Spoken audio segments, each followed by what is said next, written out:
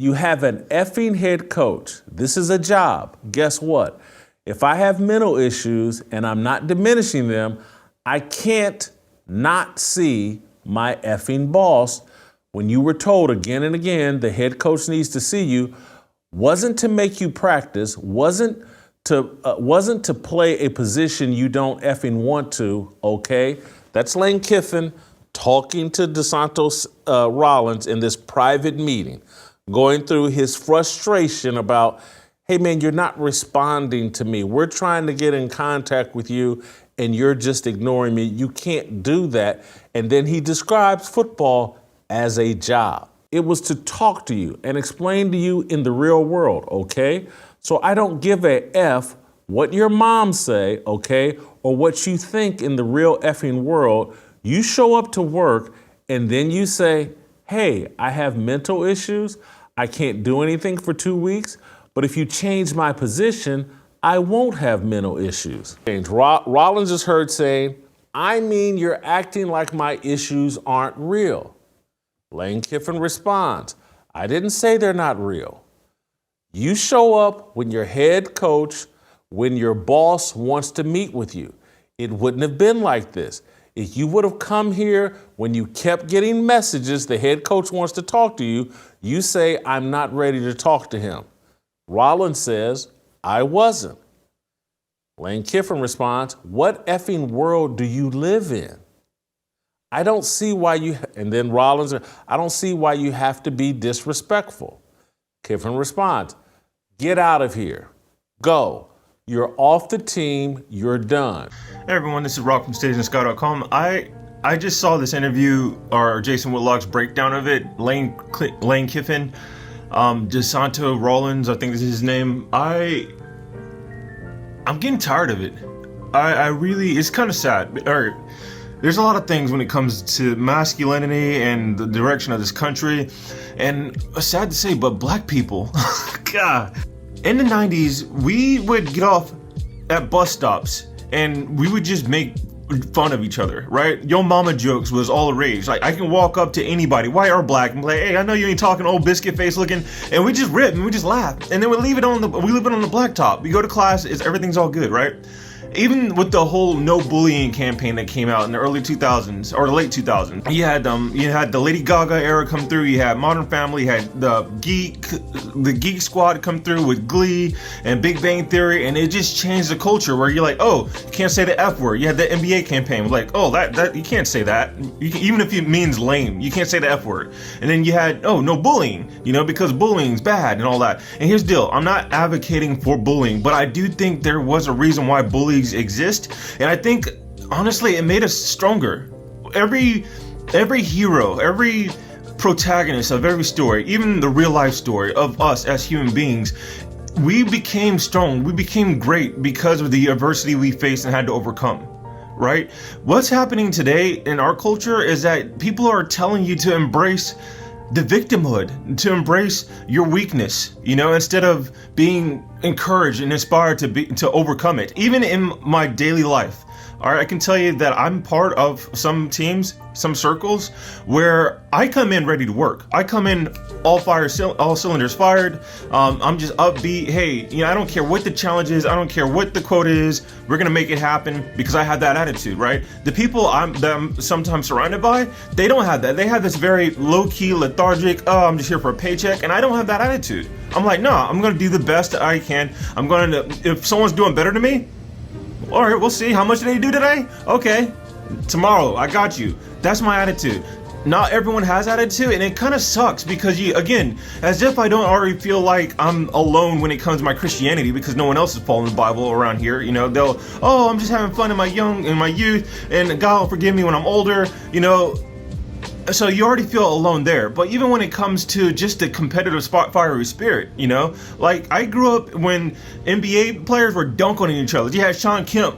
I'm not saying, oh, Rock, you're supposed to be Christian. Listen, it's part of the competitive spirit. It's masculinity, right? You're in the heat of the moment, In the heat of the moment, you just let it go, Hey, let's get it. Michael Jordan, that was my era. I'm 37 years old, so a lot of my peers, it seems like they just bought into the whole culture, the Big Bang Theory, the feelings culture. in the beginning, I was on board. I'm like, okay, gosh, that's sad. Yeah, I guess we gotta take that in consideration. But the fact that this guy is suing his coach for $10 million because he's just fucking telling him like it is. Like, this is the real world. This is college football. People would pay to have your position. Because in the black community, there's a lot of perceptions and there's a lot of theories going out there as to why the black culture is completely degrading. When I say degrading, I'm talking about the mainstream. What you see on the media, what you see in Hollywood, what you see on the radio waves, like social media. Like, they just had the VMAs and this girl's like, grinding her thought pocket on the carpet, Beyonce wouldn't do that. What's happening? And the reason why, and the prevailing theory that's happening right now, correct me if I'm wrong, let's talk about it. I could be wrong. I don't have all the answers. I'm just a normal person just like the rest of you. Is that there is a matriarchy, that women have completely taken over the black culture because a lot of men are not growing up with their fathers, all right? A lot of men are growing up in single parent households where the prevailing force, the prevailing influence on their lives is mostly feminine. So you have this guy, DeSanto, whatever, and he just, oh, my mental health. Why are you being disrespectful? Lane Kiffin is telling him, he's talking to him like a grown ass man. Like, it's not pleasant to hear sometimes. The truth isn't always pleasant. And sometimes it needs to be assertive. It needs to be abrasive. It needs to be used with the words to emphasize why this is so important. It is sad. It really is sad. And it bugs me because I do care a lot about the future. I care a lot about this culture. I care a lot about my fellow man. The Bible tells us, love your neighbor, and I don't think it's a strong thing. I don't think it's a wise thing to be teaching men to act like pussies.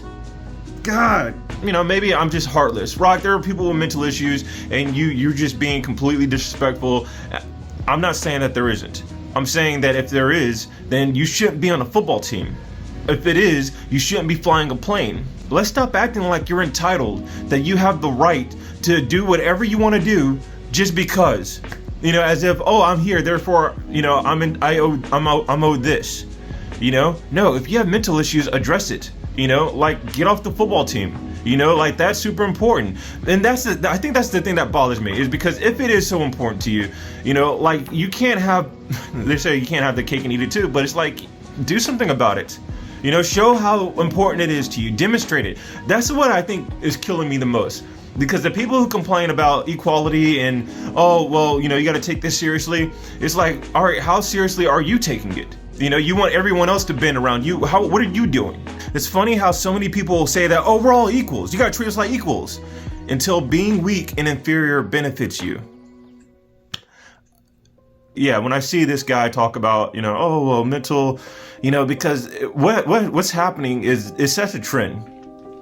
It sets a precedence that if one guy can get away with it, because already, sad to say, ladies, if you haven't realized what's going on, a lot of ladies still haven't picked up on the fact that men aren't approaching women the way they used to. We're not hitting on you. If we see you in the gym, we're doing the dead eye as we walk past you. Even though we think you're smoking hot, we would love to get with you. We want to get married. We've seen too many people be accused of sexual harassment, and we don't want to be that. We've seen too many people be accused of creeps. We don't want to do that. And it's like a lot of ladies still have no clue that that's why we aren't approaching you. So they take the TikTok. They keep, oh, why is this happening?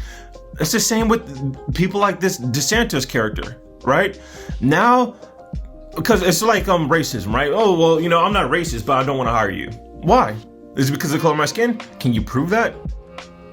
So stupid. I think that if it's such a trend of, oh, I have mental issues, the moment you say that, you're ostracizing yourself.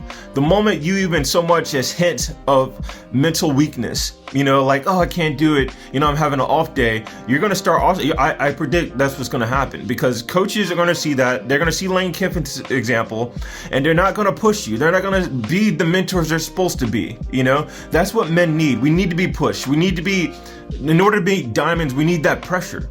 But if we're being accused of, oh, you're not appreciating mental health, and we're not taking it seriously, then they're not going to apply that pressure. They're just going to leave you alone, right? They're not going to say or do anything to basically, clarify what they are actually doing, which is ostracizing you.